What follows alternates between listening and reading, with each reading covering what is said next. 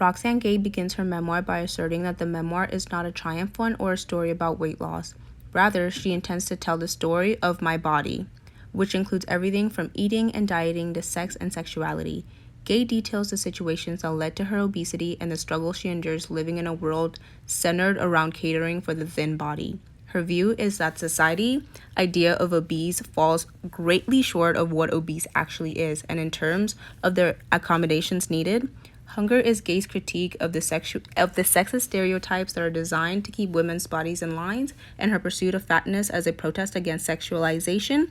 By recounting her relationship with childhood sexual assault, body shaming, and feminism, Roxanne uses her story to initiate a discourse on body neutrality and self-compassion. What are you willing to do to regain power within yourself? How will you recover from a trauma? What if what people thought about you was completely wrong? How would you live?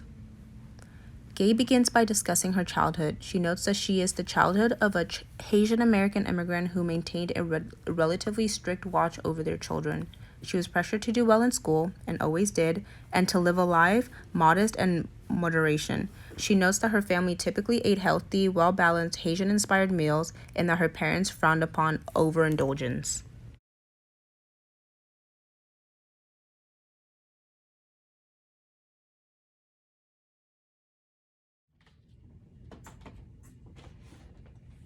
What's wrong? Roxanne, the right way to be a girl is to be slender and small. Us women should not take up space. We should be seen and not heard. And if we are seen, we should be pleasing the men, acceptable to society.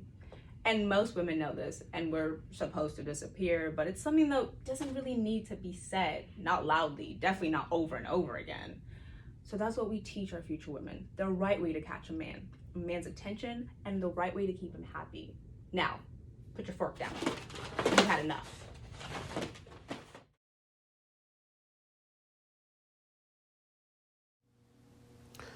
This scene introduces a severe traumatic event.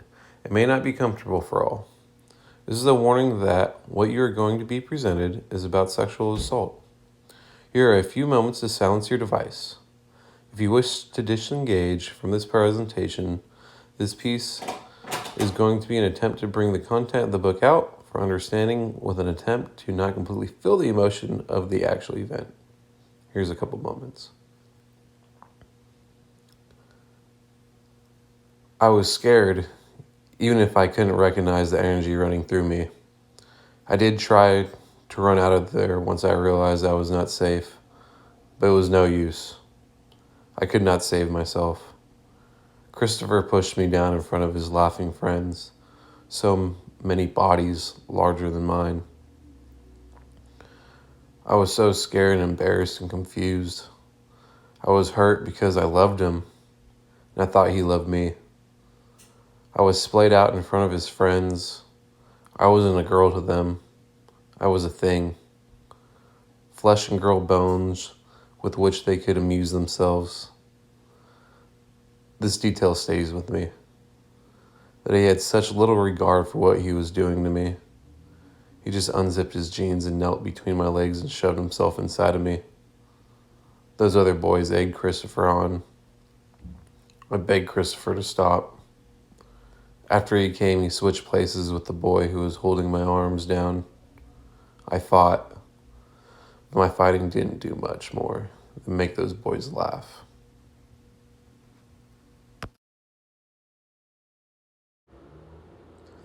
Left to my own devices at boarding school, I lost any semblance of control over what I put into my body.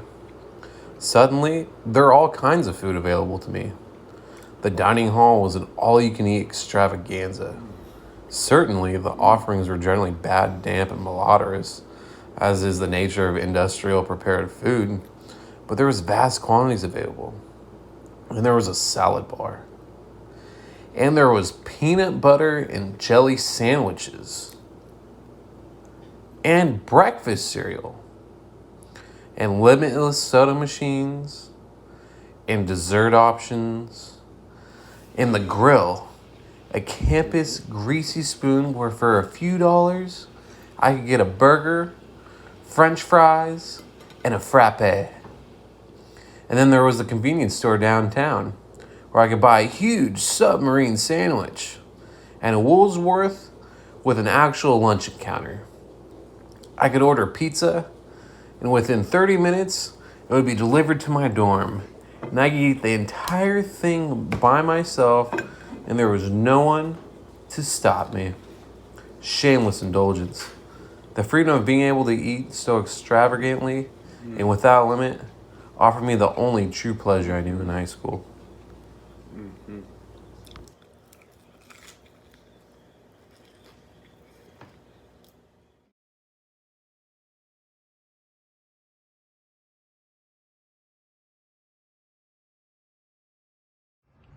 Hello, Professor. How are you? You seem really nervous in class. Everything is okay? Yes, everything is just fine.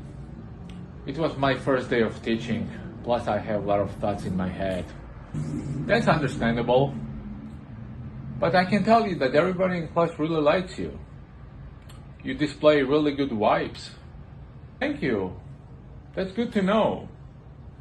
To be honest, I wasn't sure if you guys liked me. But since you told me that, I'm pretty sure the class is gonna be enjoyable. Yes, we do like you. And everybody in class is eager to learn because we want to succeed in life. That's good to hear because I noticed that everybody has manners in class and everybody follows the instructions. We do. We follow the instructions. That's why everybody in class is A student. That's great. I'm sorry, could you remind me your name? Oh, my name is Thomas. Thomas, nice to meet you. But now I gotta go. I have a lot of things to do. Thank you.